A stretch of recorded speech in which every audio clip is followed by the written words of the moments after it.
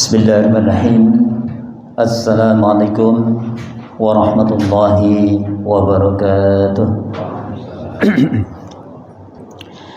Bapak Ibu jamaah Masjid Islamillah, marilah kita awali silaturahim dan majelis taklim kita ini dengan sama-sama baca basmalah. Bismillahirrahmanirrahim. Bapak Ibu Allah, pada kesempatan yang lain ini kita masuk pada kitab jihad kita, Zanullah. Jadi sebelum kita masuk pada kitab ini, tentunya kita harus paham. Yang pertama, karena jihadnya adalah bagaimana kita senantiasa bersungguh-sungguh di jalan Allah untuk memerangi musuh Allah. Ya, dan maka tentunya yang pertama kita harus tahu siapa itu musuh-musuh Allah, gitu ya. Oke, mungkin pernah kami sampaikan di majelis pula. Jadi coba kita lihat level paling rendah musuh Allah itu adalah orang-orang kafir. Itu jelas, ya. Paling rendah levelnya orang-orang kafir. Kenapa orang kafir? Jadi ini Rasulullah makanya diperintahkan Allah untuk memerangi orang-orang kafir sampai mereka mengucapkan dua kalimat syahadah. Karena itu jelas, gitu ya. Jelas, dan nanti udah peperangan gitu. Kalaupun nanti konsekuensinya begitu kalah, berarti mati syahid. Kalaupun menang, dia mendapatkan jadi satu kemenangan dan mendapatkan ghanimah dan seterusnya. Itu musuh orang kafir. Termasuk saat ini, kalaupun tidak ada peperangan secara langsung, maka tentunya tetap orang-orang kafir menjadi musuh utama bagi Allah, bukan bagi kita. Maka otomatis karena musuh Allah mati juga menjadi musuh kita. Itu yang pertama, level paling rendah. Level berikutnya, musuh Allah itu adalah orang-orang munafik. Karena orang-orang munafik ini sampai di dalam Al-Quran diberikan satu penjelasan yang begitu panjang, gitu ya. Jadi kan jangan bersani di surat Al-Baqarah awal itu awal bicara masalah orang-orang bertakwa, orang beriman, ya, itu ada 5 ayat. Kemudian bicara orang kafir hanya 2 ayat. Kemudian begitu bicara orang munafik itu sampai 15 ayat lebih bahkan, gitu ya. Kenapa sampai disatakan wa minan nasi may yaqulu amanna billahi wal yawmil akhir wa ma hum bimumin. Jadi banyak di antara orang yang mengatakan kami beriman pada Allah dan akhir, pada sesungguhnya dia tidak beriman pada Allah. Itu orang munafik. Ini lebih bahaya, lebih mengerikan, gitu ya. Sampai Rasulullah sendiri untuk memberikan satu kemudahan beberapa perjuangan beliau, itu Allah membocorkan, gitu ya. Jadi Allah itu membocorkan daftar orang-orang munafik. Jadi Rasul itu memang dikuatkan, gitu ya. Jadi Rasulullah berikan bocoran Allah terkait dengan orang-orang munafik yang ada di kota Madinah saat itu. Kemudian Rasulullah mempercayai pada salah satu orang sahabat untuk mengingatnya. Disebutkan ada berapa belasan orang munafik daftarnya ada. Begitu ada sahabat yang tahu masalah ini, beliau tidak serta-merta bertanya siapa saja. Ini etikanya luar biasa. Jadi betapa Umar bin Khattab itu begitu tahu bahwa si fulan ada seorang sahabat yang diserai Rasulullah untuk menyimpan nama-nama itu pertanyaan sahabat bukan siapa saja orang munafik itu. Tidak bertanya seperti itu. Tidak ingin tahu siapa orang munafik itu. Karena itu dan menjadi rahasia Allah dan yang bersangkutan. Yang menjadi pertanyaan para sahabat itu kan gini. Wahai sahabatku, apakah saya termasuk orang munafik? Dan bayangkan, ini etika yang luar biasa ini. Karena itu memang benar nanti bahasa Al-Quran itu orang-orang munafik nanti dia menjadi kerak, tempatnya di keraknya neraka. Itu level yang kedua. Ya, ingat saya jadi level pertama orang-orang kafir, level yang kedua agak berat dikit orang munafik. Pada berat. Ternyata level yang ketiga syaitan, baru syaitan. Ya, jadi syaitan yang dia memiliki satu kemampuan untuk masuk dalam darah kita, pikiran kita, hati kita dan sebagainya. Bahkan secara khusus, ya, Allah itu menyertakan setiap kita itu ada namanya jin korin, ya. Secara karakter dia sama dengan setan. Sampai Rasulullah para sahabat tanya, apa engkau termasuk engkau ya Rasulullah? Iya, di dalam diriku juga ada korin. Tetapi aku mohon pada Allah, bayangkan ini penting, ya. Tetapi aku mohon pada Allah untuk jin korin ini ditundukkan sehingga dia mengikutiku. Artinya ini kita bisa contoh, ya. Jadi kita jangan pernah mentang-mentang wah aku biasa sholat kok nggak mungkin digoda. Nggak, tetap kita mohon pada Allah agar jin korin tidak sampai menggoda kita. Oke, itu level yang ketiga. Level yang paling tinggi ternyata apa? Firsa kira-kira apa? Hawa nafsu kita. Gitu ya. Jadi musuh yang paling tinggi adalah hawa nafsu kita. Dan bedanya jelas, nggih. Kalau tadi orang kafir, munafik, setan ini udah ditundukkan, untuk ditundukkan, untuk dikalahkan. Tetapi hawa nafsu ini bukan untuk dikalahkan, tetapi untuk dikendalikan. Ya, tetapi hawa nafsu ini benar-benar memberikan satu efek yang sangat membahagiakan. Sehingga Bapak Ibu, kalau kita cermati ini ya bagaimana kafir, munafik, setan dan hawa nafsu ya. Maka tentunya kalau jenengan mampu mengalahkan hawa nafsu, maka otomatis bisa mengalahkan setan, munafik maupun orang kafir. Ya ini kuncinya sini. Artinya siapapun kita Bapak Ibu, tiada hari tanpa berjihad gitu ya. Ini harus kita paham. Nah, sehingga berikutnya pertanyaan, setelah kita mengetahui musuh Allah dan itu menjadi sasaran jihad kita, ternyata kita perlu memahami kapan saatnya kita berjihad. Apakah malam hari, pagi hari, siang hari, itu dan sebagainya gitu. Ternyata subhanallah, Imam Syafi'i termasuk juga Imam Al-Ghazali beliau begitu menafsirkan kitab surat Al-Asri, wal asri, demi masa, innal insana lafi khusrin, sesungguhnya manusia dalam kerugian dan matian. Kalau dalam bahasa al-khusr itu benar-benar rugi dalam segala hal, termasuk orang sholat pun bisa rugi ya, apalagi selain itu gitu ya. Baik, sehingga beliau memaknai wal asri itu dalam tafsir dikatakan hari ya, memaknai waktu atau masa hanya ada 3 ya, saya sering sampaikan ya. Apa yang pertama Bapak? Kemarin, hari ini dan besok. Minggu kemarin, minggu ini dan minggu besok. Bulan kemarin, bulan dan bulan besok. Tahun kemarin, tahun ini dan tahun besok. Jadi semua ulama sepakat. Yang perlu kita cermati Bapak Ibu, hari kemarin atau minggu kemarin atau bulan kemarin adalah waktu yang tidak mungkin terulang kembali. Tidak akan mungkin kita kembali seperti film-film time tunnel gitu ya. Balik tahun sekitar gitu. Ini ada film-film yang kemarin tahun dulu ya, saat saya kecil melihat ada film time tunnel gitu ya. Atau channelnya waktu. Ya jadi waktu kemarin adalah waktu yang tidak mungkin kembali. Yang bisa kita lakukan hanya mengevaluasi. Ya, kalaupun ternyata kemarin kita melakukan satu kebaikan, alhamdulillah kita bersyukur kepada Allah. Kalaupun kita melakukan satu kesalahan, kita segera bertobat kepada Allah dan banyak-banyak istighfar atau menyertai dengan berlaku kebaikan. Yang kedua, hari ini. Ya. Jadi kata beliau, ya Imam Syafi'i Ibn Al-Ghazali katakan hari ini adalah hari di mana Allah berikan kesempatan kita untuk menuangkan seluruh potensi kemampuan kita untuk melakukan satu kebaikan. Itulah jihad. Gitu ya. Berarti di sini tiada hari tanpa jihad.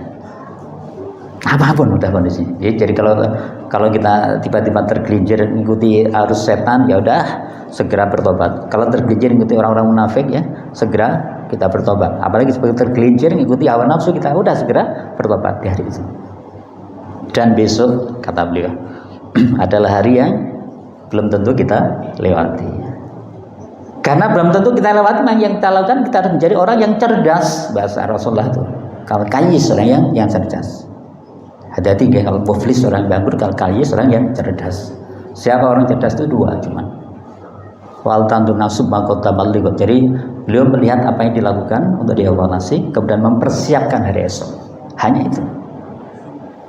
Dan masa depan itu bukan hanya sekedar masa depan nanti bagaimana lulus SD, SMP, SMA, kuliah dan seterusnya, bukan, tapi sampai masa depan setelah kematian kita.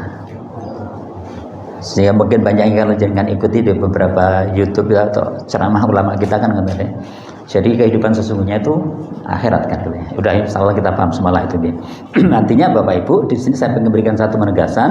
Pertama, kita tahu siapa musuh kita dalam jihad ini. Yang kedua, kapan waktunya? Ternyata setiap hari saat kita diberikan satu kesempatan itu. Sehingga ada nasihat yang menarik ya, yang saya ingat saat itu disampaikan oleh Ustaz Abu Wildan, kalau ada yang pernah kenal ya. Saya dulu masih mahasiswa sampaikan tadi gitu ya, hidup ini sebenarnya perjuangan. Hidup ini berjuang gitu ya. Tetapi harus kita lakukan ya ini bagaimana kita menikmati perjuangan ini. Ini yang harus kita perhatikan. Jadi jangan pernah berpikir bahwa hidup ini harus nyantai gitu ya. Tidak ada santai. Tapi kita harus berjuang apapun itu ya. Dan yang harus kita lakukan ya bagaimana kita mensikapi itu dengan menikmati. Subhanallah, itu mesti nikmat gitu ya. Baik, itu sebagai pendahuluan terkait dengan kitab jihad ini. Bapak Ibu yang Allah, kita masuk pada bab jihad ya. Tadi mundur ya kemarin bab sebelumnya. Ya, ini kita masuk pada hadis yang ke 1300 ya. Hadis-hadis tentang jihad. Di mana dalam kitab ini disebutkan bahwa jihad adalah fardu ya. Mana jihad adalah mengerahkan segenap kemampuan untuk memerangi orang-orang kafir. Disebutkan sini. Jangan saya tambahkan kafir, munafik, setan dan hawa nafsu gitu ya. Kata ini juga dimutlakkan untuk jihad terhadap jiwa atau hawa nafsu, setan dan termasuk orang-orang fasik, munafik. Sudah disampaikan. Sehingga Bapak Ibu Allah jelas sekali di sini bagaimana jihad inilah yang akan menjadikan kita menjadi pribadi yang terbaik. Ya, sebagaimana Allah firmankan, "A'udzubillahi minasyaitonir rajim, kuntum khairu ummat ukhrijat lin-nas ta'muruna bil ma'ruf wa tanhauna 'anil munkar." Jadi jadilah kalian manusia yang terbaik. Siapa itu? Ukhrijat lin-nas, yang muncul pada manusia. Untuk apa? Ta'muruna bil ma'ruf wa tanhauna 'anil munkar. Jadi amar ma'ruf nahi munkar. Itulah esensi jihad. Bapak Ibu Allah, hadis yang pertama di bab ini itu memberikan warning ya, ultimatum pada kita terkait dengan orang yang mati tapi belum pernah berperang atau bahkan tidak memikirkan untuk berjihad. Hati-hati, berarti telah meninggal dalam salah satu cabang kemunafikan. Bismillahirrahmanirrahim. An Abi Hurairah, dari Abu Hurairah radhiyallahu anhu, qala, beliau berkata, qala bersabda Rasulullah sallallahu alaihi wasallam, yakni Rasulullah sallallahu alaihi wasallam. Apa yang beliau sabdakan? Man, barang siapa mata mati. Ya, jadi di dalam apa ini? Bahasa Arab itu mati ya mati gitu ya. Baru kita terjemahkan wafat, seto dan sebagainya. Ya. Man, barang siapa yang mati walam yahzu. Walam yahzu ya, sedang dia tidak pernah berperang. Tidak pernah berperang. Walam yuhaddis nafsahu bihi, dan tidak mempunyai keinginan untuk berperang.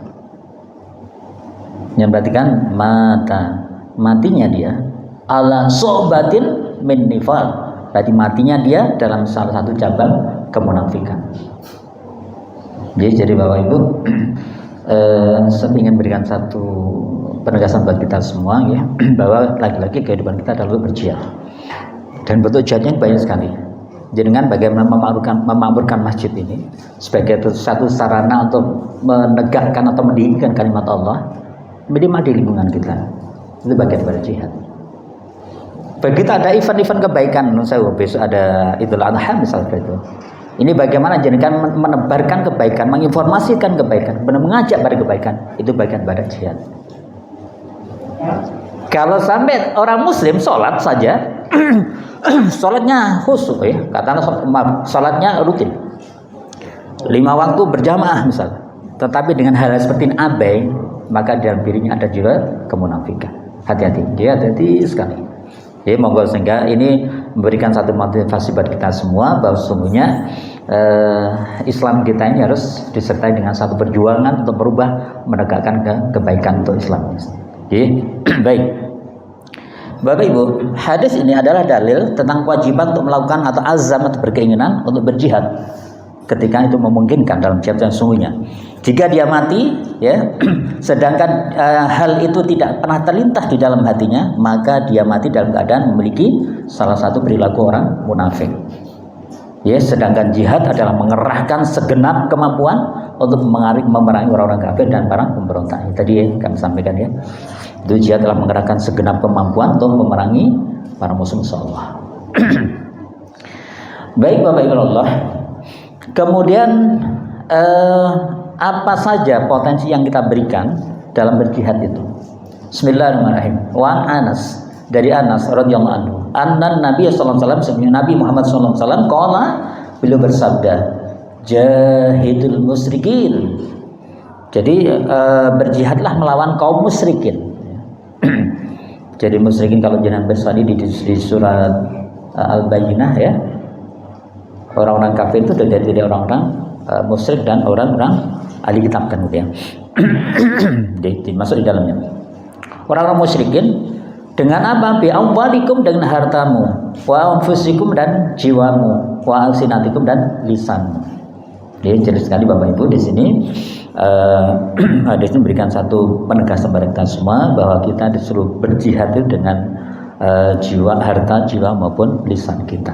Dan saat ini Bapak Ibu era-era teknologi ya, era-era media sosial, monggo itu kita manfaatkan semaksimal mungkin gitu ya untuk bisa memberikan satu penegasan, memberikan satu tabayun, dan bahkan memberikan satu penguatan, penyemangat terkait dengan kebaikan-kebaikan, dan menyadarkan betul bahwa kita sedang hidup kita adalah penuh dengan jihad.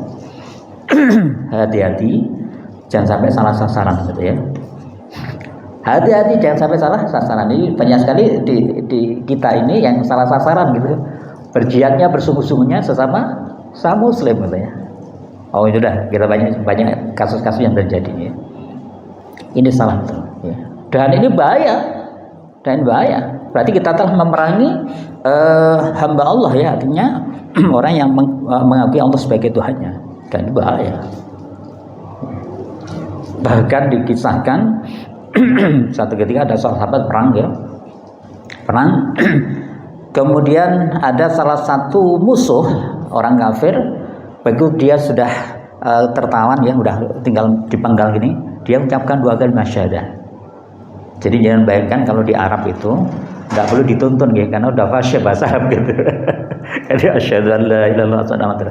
Jadi sudah mau dipenggal ini dia mengucapkan 2 kalimat syahadah. Lah si sahabat ini berburuk sangka, ini pengen selamat aja, tetap dipenggal rumahnya. Rasul marah. Artinya apa Bapak Ibu? Orang yang tidak pernah kita kenal dan dulunya orang kafir dan memusuhi Islam, hanya mengucapkan 2 kalimat syahadah itu sudah haram, dahnya ditumpahkan.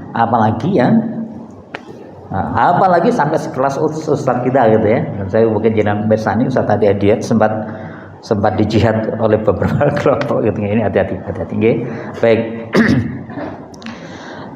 Berikutnya Bapak Ibu, hadis ini adalah dalil tentang kewajiban melakukan jihad terhadap orang-orang musyrik dengan jiwa, yaitu melakukan dengan perang secara langsung, atau dengan jihad dengan harta, yaitu membelanjakan untuk jihad ya, serta dengan lisan, yaitu menegakkan hujjah terhadap mereka dan menyuruh mereka kepada Allah.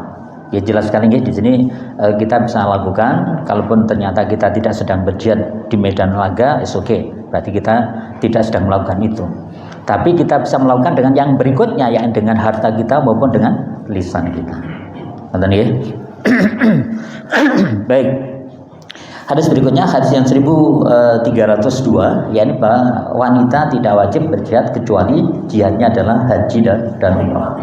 Bismillahirrahmanirrahim. Wa Aisyah radhiyallahu anha, dari Sayyidah Aisyah radhiyallahu anha, qalat, beliau berkata, qultu, kami menanyakan pada Rasulullah, ya Rasulullah, ala nisa'il jihad, ya Rasulullah, apakah perempuan wajib berjihad?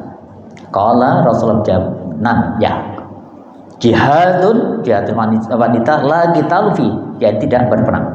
Jadi jihadnya wanita adalah tanpa ada peperangan di dalamnya. Al-hajju wal umrah, yaitu haji dan umrah. Jadi hadis ini Bapak Ibu menunjukkan bahwa jihad tidak wajib bagi para wanita. Itu yang sah.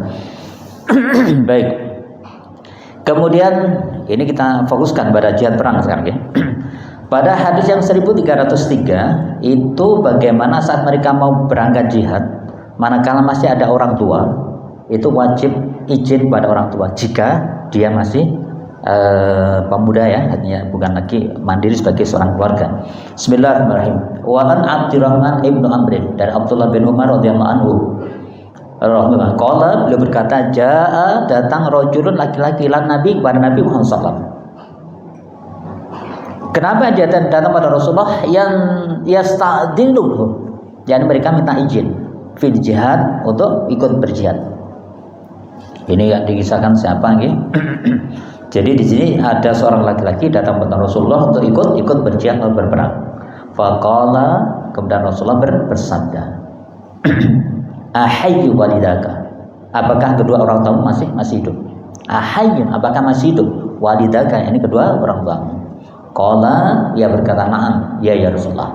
Qala, kemudian beliau bersabda, fabihima fajahid, ya, kepada kedua orang tuamu lah kamu berjihadlah. Artinya Bapak Ibu, lagi-lagi orang tua ini luar biasa, harus benar kita gunakan atau kita manfaatkan atau bahkan kita jaga sedemikian rupa. Sampai kita semua besok lagi, suatu ketika Rasulullah itu pada saat mau khutbah, ya, dikisahkan yaitu khutbah itu adalah Allah. Beliau di tangga pertama amin, tangga kedua amin, tangga ketiga amin, gitu ya.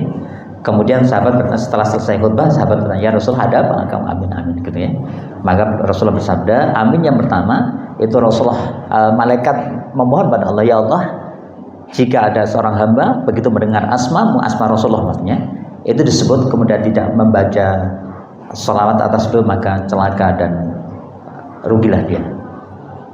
Yang kedua disebutkan bahwa jika ada orang yang kedua orang tuanya atau salah satu orang tuanya masih hidup, kemudian tidak menjadikan dia masuk surga, maka rugi dan celakalah dia. Bukan hanya rugi, celaka bahkan.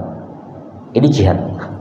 Kemudian yang ketiga sampaikan bahwa barang siapa yang Ramadan sudah mau berakhir tapi Allah belum mengampuni dia, maka rugi dan celakalah dia. Rasulullah menjawab, jadi yang berdoa malaikat Jibril, yang mengaminkan adalah Rasulullah. Sama-sama paling mulia di kalangannya, gitu ya. Jadi di kalangan malaikat Jibril paling mulia. Di kalangan manusia Rasulullah paling mulia di sepanjang zaman. Maka pasti dikabulkan oleh Allah, gitu ya. Jadi saya ingin memberikan satu penegasan pada hadis ini, Bapak Ibu. Ternyata pada saat orang tua kita masih hidup itu menjadi salah satu bagian jihad kita untuk senantiasa berbuat baik pada beliau. Sehingga wajar Bapak Ibu. Jadi kalau bahasanya Ustaz Jasdad itu, kalau misalnya orang tua sepuh kemudian agak cerewet, ya, jadi berat gitu ya. Ya tidak apa-apa, karena balasannya surga, bukan apa? Bukan roti goreng, ya kan. Jadi bahasa kan gitu. Jadi sadar kan gitu ya. Balasannya surga, minta ringan gitu ya. Ini berat karena balasannya surga. Baik. Bapak Ibu, ini menegaskan lagi hadis yang berikutnya. Bismillahirrahmanirrahim. Ahmad, dari Imam Ahmad, wa Abi Daud dan Abi Daud. Min hadis Abi Sa'id nahwu, dari yang serupa dari hadis Abu Sa'id. Nahwu, beliau menambahkan, wa zata menambahkan, ya, irji. Jadi Rasulullah menambahkan di hadis yang tadi dengan istilah irji, kembalilah atau pulanglah. Fasta'dzinhuma, dan mintalah izin kepada kedua orang tua. Fa in adzina laka, jika beliau mengizinkan, berjihadlah. Wa illa fabirruha, dan jika tidak, berbaktilah kepada mereka berdua. Jadi mendudukan jihad dalam arti perang itu sama dengan bagaimana itu berbakti pada kedua orang tua. Artinya Bapak Ibu, kalau saat ini jenengan atau kita tidak menjumpai peperangan secara langsung dan masih punya orang tua, itu sangat. Hadis ini menunjukkan hal yang luar biasa, sehingga bersyukurlah, beruntunglah yang punya orang tua, gitu ya. Walaupun di Tulungagung misal gitu ya. Ya harus tetap ini kan, gitu ya. Jadi saya ngalami Bapak Ibu kemarin, begitu ibu di usia yang 93 agak pas menjelang senda itu, setiap Ahad pulang. Tapi di hari tertentu begitu ponakan yang teman itu dijari bah, saya langsung pulang. Nggak peduli lagi ngapain, saya langsung pulang, gitu ya. Karena saya mendapatkan banyak nasihat dari guru-guru kita, ya, dari orang begini. Begitu ketemu ibu masih ada surga, gitu ya. Kalau antum tidak dapat surga, rugi banget, gitu ya. Artinya bagaimana kita mendapatkan ridho beliau, ya, ya, sampai beliau wafat, sebelum beliau wafat. Oke, karena saya jumpai Bapak Ibu banyak teman-teman itu yang cerita tentang kehidupan mereka, pernah jaya, hancur, tapi hancur nggak balik-balik, gitu ya. Itu rata-rata mereka tidak harmonis dengan kedua orang tuanya. Dan yang paling menakutkan, kalau sampai orang tuanya wafat dan itu pada mereka, ini mengerikan, karena nggak tahu gimana caranya untuk bisa mendapat ridho beliau. Nah, kalau ada kasus itu seperti ini gimana, gitu? Ternyata ada kuncinya. Kasus ini bisa terjawab, bisa terselesaikan jika nanti jenengan si putranya ikut meninggal dan sama-sama lolos ke surga, baru ketemu dengan orang tuanya dan mohon apa. Ternyata cuma itu bisanya. Tidak ada yang lain caranya. Katakanlah, waduh, karena saya dulu tidak dapat ridho dari ayah saya sampai berinfak 1 miliar atas nama saya. Tidak bisa menebus itu. Ini Bapak, ini hati-hati sekali, manfaatkan betul orang tua ini, harus kita jaga sedemikian rupa sehingga kita bisa mendapatkan banyak kemuliaan dari beliau gitu ya. Baik, Bapak Allah, sehingga hadis ini adalah dalil tentang lebih diutamakan berbakti kepada kedua orang tua daripada jihad, jika hukum jihad itu tidak fardhu ain gitu ya. Baik. Bapak Ibu, berikutnya adalah ada satu kisah. Mohon maaf. Ada satu kisah, yakni seorang Muslim ya, dia terbunuh ya. Kemudian kabar ini sampai pada Rasulullah, dan orang Muslim ini ternyata dia tidak mau berhijrah ya. Dia milih tetap tinggal di tempatnya yang lama, padahal itu semuanya adalah di wilayah orang-orang musyrik. Yang sudah diingatkan Rasulullah bahwa kalau udah orang Islam dan Muslim, begitu dengan orang Muslim yang menunjukkan keislamannya, pasti akan terjadi satu peperangan. Lah kalau sampai terjadi orang seperti ini, orang yang tidak mau hijrah padahal dia ada di lingkungan kaum musyrik ini, Rasulullah berlepas diri atas keselamatan dia. Walaupun tetap berlaku untuk hukum diyat dan sebagainya. Bismillahirrahmanirrahim. Wa an Jarir al-Bahalli, dari Jarir al-Bahalli ya, radhiyallahu. Qala, ia berkata, qala bersabda Rasulullah sallallahu alaihi wasallam, ana, aku, kata Rasulullah, bariun min kulli muslimin yuqimu bainal musyrikin. Jadi aku bariun, aku berlepas, min kulli, dari setiap muslimin, orang muslim, yuqimu, yang bermukim, bainal musyrikin, di kalangan kaum musyrik.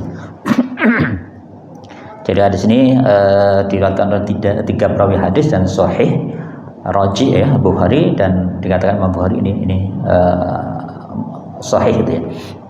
Jadi bahasa Rasulullah, aku bari'um min kulli muslimin yuqima bainal musyrikin. Aku berlepas diri dari setiap muslim yang tinggal di tengah-tengah kaum musyrikin. Coba Bapak Ibu, ini hadis yang begitu panjang. Ya, saya coba bacakan. Di dalam hadis riwayat Abu Daud ya, Imam Tirmidzi juga, Abu Muawana dan sebagainya, beliau mengisahkan Rasulullah telah mengirim kami ya, beberapa sahabat, untuk sebuah ekspedisi perang menuju Khos'an ya, ada satu wilayah. Ini perintah Rasulullah. Kemudian orang-orang di antara mereka berlindung dengan bersujud, lalu dengan cepat terjadi pembunuhan di antara mereka. Hal tersebut berkata, aku berlepas diri dari setiap muslim yang bermukim di antara orang-orang musyrik ya. Mereka bertanya, kenapa wahai Rasulullah? Beliau berkata, kedua api peperangan mereka saling melihat. Ada saling kayak semacam api dalam sekam gitu ya, atau bayar laten lah gitu ya. Ini adalah sanad yang disahih sebagaimana dikatakan oleh Al-Hakim, akan tetapi ia cacat dalam kemursalannya. Artinya Bapak Ibu, ini terjadi pada saat pengiriman ke Khos'an ini, kemudian dijumpai ada orang yang tinggal di situ, kemudian dia terbunuh oleh kaum kafir ya. Baik, hadis ini ada dalil tentang kewajiban melakukan hijrah dari perkampungan orang-orang musyrik bagi orang yang tidak mampu untuk menampakkan agamanya dengan jelas. Oke, baik. Hadis berikutnya Bapak Ibu, ini hadis yang masyhur yang sering kita dengar ya. Saya yakin semua jenengan pernah dengar hadis ini. Bismillahirrahmanirrahim. Wan Ibnu Abbas, dari Ibnu Abbas radhiyallahu anhu, qala, ia berkata, qala bersabda Rasulullah sallallahu alaihi wasallam, Rasulullah sallallahu alaihi wasallam, la hijrata batal fath. Ini sering dengar ya. Jadi yakni Rasulullah bersabda yang diriwayatkan oleh Ibnu Abbas bahwa tidak ada hijrah setelah menaklukkan kota Mekah. Tapi itu belum selesai. Walakin, akan tetapi jihadun waniyah, tetapi jihad dan niat tetap ada, muttafaqun alaih. Ya tadi, jadi baca hadis itu harus tuntas nih, nggak boleh dipotong-potong. Ya, beda dengan Al-Quran, karena sepotong aja udah bisa diterjemahkan. Kalau hadis harus tuntas. Jadi penjelasannya adalah Ibnul Arabi berkata hijrah adalah keluar dari wilayah perang atau darul harbi, perang berarti orang-orang kafir yang memerangi kaum muslimin. Kemana? Menuju kepada wilayah Islam atau darul Islam. Sehingga kenapa saat itu hijrahnya itu dari Mekah ke Madinah.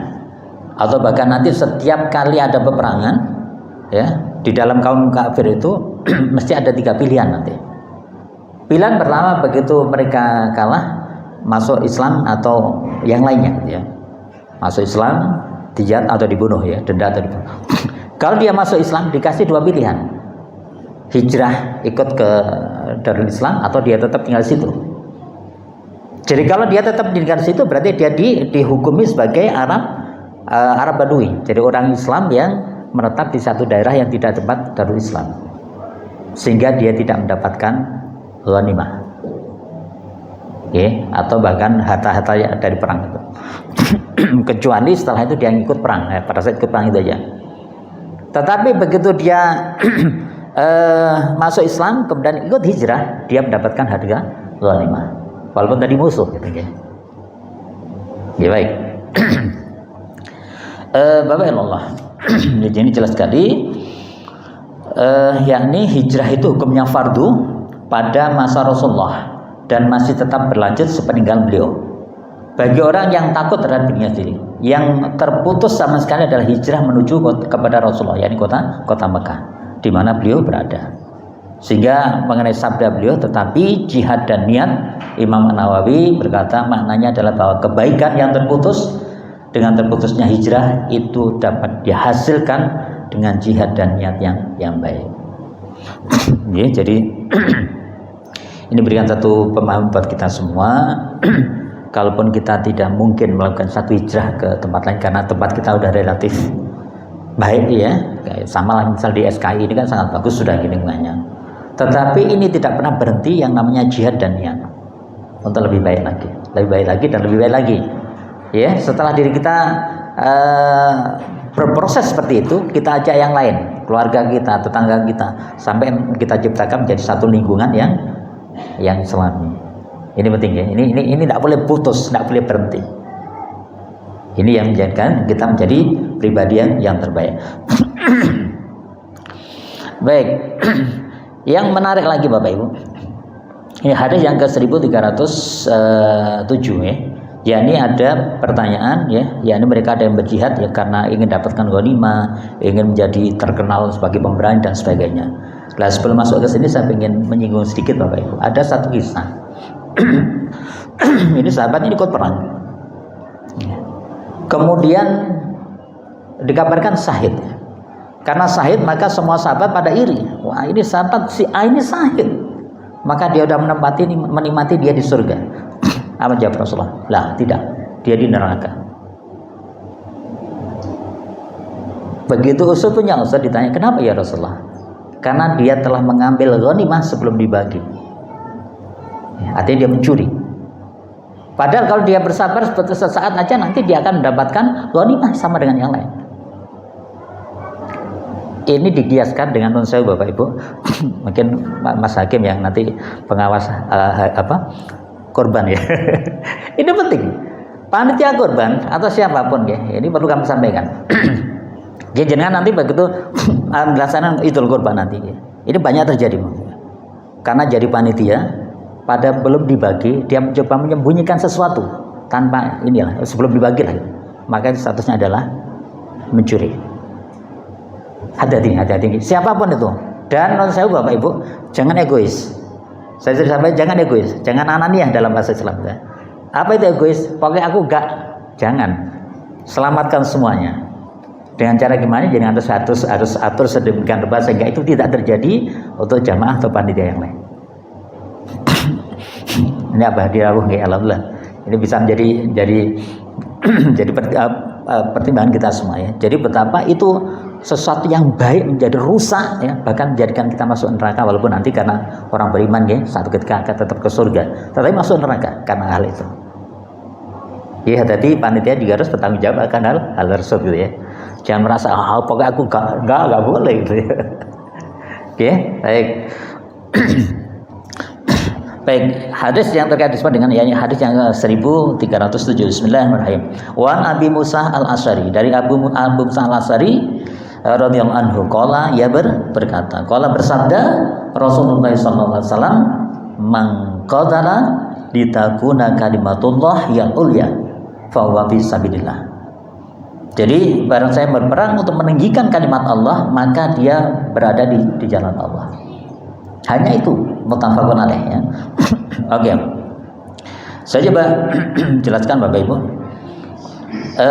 Penjelasan hadis ini sama dengan hadis yang panjang ya, yang diriwayatkan oleh Al-Bukhari, Imam Muslim ya, dan Abu Musa Al-Asy'ari tadi.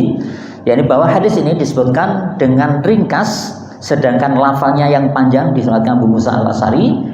Yang ada seorang Arab Badui lagi-lagi berkata kepada Nabi Muhammad SAW, ada seseorang berperang untuk mendapatkan harta rampasan satu. Kemudian yang lainnya ada seseorang yang berperang untuk menjadi terkenal dua. Ya, dan ada seseorang yang lainnya lagi yakni untuk dilihat kedudukannya. Manakah di antara tersebut ya Rasulullah yang di jalan Allah? Maka Rasulullah bersabda, barang siapa yang berperang untuk meninggikan kalimat Allah, maka dia berada di jalan Allah. Sehingga At-Tabari berkata, jika tujuan dasarnya adalah meninggikan kalimat Allah, maka hal lain yang menyertainya tidak apa-apa. Artinya ngatakan, dan saya ini ngomong mau Idul Adha ya. Begitu jenengan rawuh menjadi panja Idul Adha, nanti datang entah jadi panja terus atau tidak ya. Kemudian niatnya wah biar dapat tambahan lebih bagian lebih misalnya ya, atau bisa melakukan itu berarti tidak bagian di jihad. Tetapi kalau nanti jenengan sudah niatnya karena Allah dan otomatis mendapatkan yang lain, oke, itu boleh. Sama dengan nunsewu, ada banyak orang yang melaksanakan sholat duha, tujuannya apa? Biar dapat rezeki yang banyak gitu ya. Kalau tujuannya hanya untuk mendapatkan rezeki yang banyak, itu sia-sia. Tetapi kalau karena Allah dan karena ini sabda Rasulullah ya, kemudian Allah memberikan satu kemudahan di rezekinya, itu itu boleh. Jadi artinya apa Bapak Ibu? Lagi-lagi tolong panitia hati-hati ya. Jangan sampai mengecewakan yang lainnya. Padahal jadi panitia gimana? Ya nanti harus ada tapi itu yang memberi adalah panitia. Oke, jangan sampai dia melakukan satu hal yang menjadikan mereka melakukan satu kesalahan yang lain. Baik, mengatakan Bapak Ibu, beberapa hal ini masih agak panjang, tapi insya Allah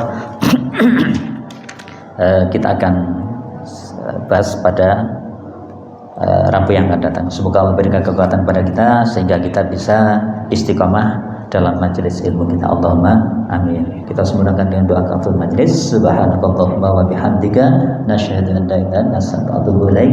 Ihdinas siratal mustaqim billahi taufiq wal hidayah. Wassalamualaikum warahmatullahi wabarakatuh.